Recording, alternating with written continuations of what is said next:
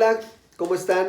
Mi nombre es Fernando Amezcua Galeana, soy pastor de Gracia Comunidad Bíblica y vamos con la segunda parte de nuestro versículo que estamos estudiando, que es el justo por la fe vivirá.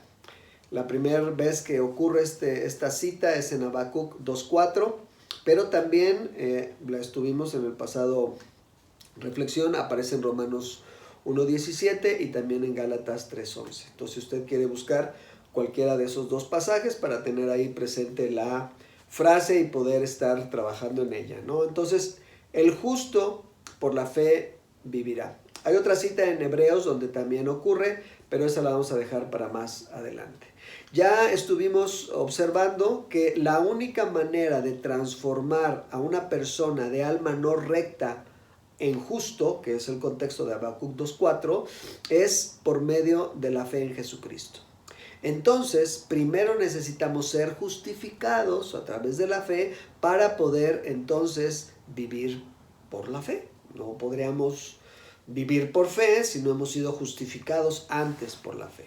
Y de esta manera es cuando podemos entender que lo que impulsa la vida del justo es la fe. Así que ya sabemos quién es el justo y cómo se llega a esa condición.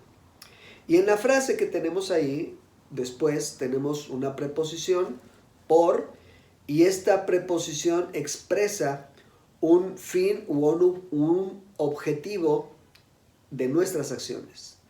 El justo, las acciones que lleva a cabo, tienen como fin mostrar su fe. Es como una forma de enfocar nuestras vidas. También esta preposición podemos entenderla como algo de índole causal. Por ejemplo, movido por la fe para vivir de determinada forma. Lo que orienta mi vida o la orienta la vida del justo es la fe. ¿Cómo expresar fe en mi vida en todas las áreas en las que yo me desenvuelvo? Aquí cabe hacernos una pregunta, ¿no? ¿Qué es lo que determina mi vida y qué lo está determinando ahora? Tenemos, y usted lo ha vivido, que de repente tenemos más necesidad de fe. Ahora con la situación que estamos viviendo nos sentimos con más necesidad de fe o nos sentimos más vulnerables en nuestra fe. Y pareciera que la fe es algo que hoy usamos, que hoy necesitamos urgentemente, que hoy tratamos de ver de dónde la obtenemos para fortalecer nuestra fe, y mañana o antes de esta situación que estamos viviendo, que las cosas eran quizá un poco más sencillas, no necesitábamos de tanta fe. No es posible que una persona justificada, un justo, tome la fe como algo que ahorita sí o ahora no. Tiene que convertirse en un modo de vida, la expresión de nuestra fe y las acciones que nos impulsan a vivir nuestra fe y mostrarla de forma clara. Algunas versiones traducen así: el justo por su fe vivirá. Y entonces aquí adquiere una dimensión muy interesante, porque entonces entendemos que la fe no es definida por las personas. No dice la frase, el justo por una fe vivirá. Como hay tantas fes, entonces pues es una gama, ¿no?, de fes. Y entonces uno va al aparador y entonces escoge pues cuál me gusta, cuál se adapta a mis necesidades, cuál me conviene, cuál me queda mejor. No, la fe no puede ser así. La fe no es así. La fe es definida y sustentada bíblicamente. Y este pronombre posesivo, habla de pertenencia. El justo, aquella persona que ha sido justificada, ahora abraza la fe de tal manera que le pertenece, es suya. Las promesas en la palabra de Dios, lo que refleja el carácter y la naturaleza de Dios, ahora no son una información, sino son parte de la vida del justo. Y aquí es interesante cómo algo que es igual y único para todos los cristianos, porque por eso digo que no se define por las personas. En la fe somos llamados a la unidad de la fe. Entonces es algo único y es algo igual para todos los cristianos. Sin embargo, es aquí donde podríamos decir con este pronombre personal de su fe, que la fe se personaliza en el sentido, no de que se adapte, repito, sino que en base a la Escritura, entonces yo puedo interpretar mi vida desde una perspectiva bíblica y traducirla en experiencias, en vivencias con Dios mi Padre, con mi Salvador y con el Espíritu Santo mi Consolador. Por ejemplo, yo tenía 13 años cuando, pues en el ámbito familiar las cosas no estaban muy bien. Yo soy de la Ciudad de México, venimos aquí a Guadalajara, pues mis padres tenían que arreglar algunas situaciones de su matrimonio. Y cuando yo llego aquí a Guadalajara a los 13 años, realmente yo viví una infancia muy feliz. Mi tiempo de primaria, mi primer año de secundaria, tenía enfrente de mi casa un parque de una manzana entera que era mi segunda casa. Ahí pasaba todas las tardes, ¿no? En los columpios, en el volantín, en los tubulares, ¿no? Y haciendo toda suerte de pues retos, ¿no? Entre los mismos chicos, vecinos y compañeros de escuela, porque pues, ustedes saben que era una sola comunidad, ¿no? Y venimos a Guadalajara, todo cambia para mí, es muy diferente todo, ¿no? No está mi padre, está nada más mi mamá, mis hermanas, situaciones de muchos colores se presentaron en nuestras vidas.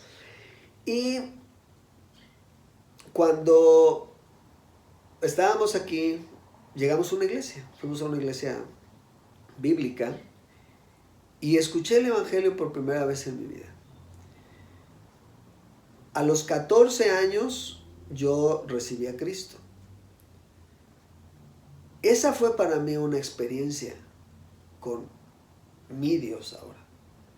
Yo no sabía del Evangelio, yo no sabía absolutamente nada. Cuando escuché el Evangelio, que yo era pecador, y créanme que a mis 13 años yo tenía claridad con eso, yo sabía que era, no sabía a lo mejor definirlo, porque tampoco venía de una familia religiosa por tradición, no éramos así, pero yo no necesitaba que me dijeran mucho para entenderme pecador. Y cuando yo escuché el Evangelio, y cuando yo entendí que Cristo había muerto por mí y que me daba la oportunidad de una vida diferente y que Él perdonaba mis pecados, creo que fue para mí lo más importante, pues yo creí en Jesús, le dije que me perdonara, que viniera a mi vida, ¿no? Como aprendimos, y para mí fue una experiencia.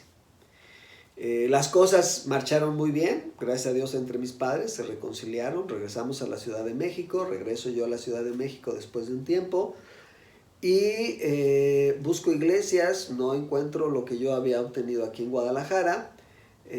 Pasaron algunos años donde perdí la pista, perdí el rumbo, perdí la causa, ¿no? De vivir por la fe, quizás no se había arraigado realmente en mí. Perdí por completo la brújula. Como joven me metí en las experiencias normales de jóvenes en aquel entonces, que no eran nada buenas, ni siguen siendo buenas ni recomendables para hoy. Y regreso a Guadalajara sumido en una situación bastante complicada por mí mismo, otra vez, este pecador reconciliado está atrapado. Y yo hice una oración muy breve a Dios y le dije: si existes, ayúdame. Esa fue mi oración, porque estaba yo atrapado. Y tuve una experiencia. Dios me escuchó y me ayudó. Cambió cosas que para mí eran imposibles de cambiar. Se manifestó de una forma hermosa, cariñosa conmigo, de tal manera que ese evento me ayudó a entender que no solamente se trataba de recibir a Cristo, sino de entregarle mi vida y mis decisiones. El justo por su fe vivirá. Y de ahí, 14 años, a estas alturas del partido, he acumulado una serie de experiencias en base a su palabra y en base al carácter y la naturaleza de Dios, que le han dado a mi vida una una riqueza. Mi relación con mi esposa, con Luz, ha estado llena de temas de fe. Mi experiencia como padre, mi experiencia como trabajador, cuando recién me caso, la forma en la que Dios se manifestó a mi vida en el tema del trabajo, del dinero, de empezar mi familia, nuestra familia, de ser guiado por Dios por todo ese camino, fue y ha sido una experiencia de fe. Entonces es mi Dios, es mi Salvador, es mi Padre, y entonces ahí es donde podemos entender esta dimensión. El justo por su fe vivirá. Partimos del general de la Biblia. No podemos salir de ahí. Pero se sella por la experiencia. Si estamos hablando de la persona, de alguien, es tu fe la que hace esto posible. Es mi fe, es su fe. El justo por la fe vivirá. Y entonces entendemos la fe como valor de la vida cristiana. Una fe que toma forma al oír, al leer las Escrituras y al vivirlas. Personas comunes en situaciones comunes por las que Dios se interesa. Vemos el relato bíblico y es hermoso encontrarnos a personas comunes en donde Dios pone su mirada y les llama, se manifiesta de diferentes formas, y estas personas tienen una experiencia con Dios. Ya es su fe, ya no es algo ajeno a ellos, sino ahora pertenece a ellos su fe. Una fe que descorre el velo para conocer a Dios, para ser cautivados por su persona. Una fe que nos reta a definir nuestras acciones de forma cotidiana. Una fe que puede a veces ser poca, también que puede a veces ser débil. Una fe que a veces tiene una parte de incredulidad. Ustedes y yo sabemos que hay una parte en el corazón con el que decimos creo con todo mi corazón, Señor. Y hay otra parte que de repente dice, pero tengo dudas. Una fe que es probada para ser purificada. Una fe que agrada a Dios y le adora. Dice que sin fe es imposible agradar a Dios. Y ahí está, ¿no? Nuestra fe. Una fe que se fortalece. Una fe que es el privilegio del justo.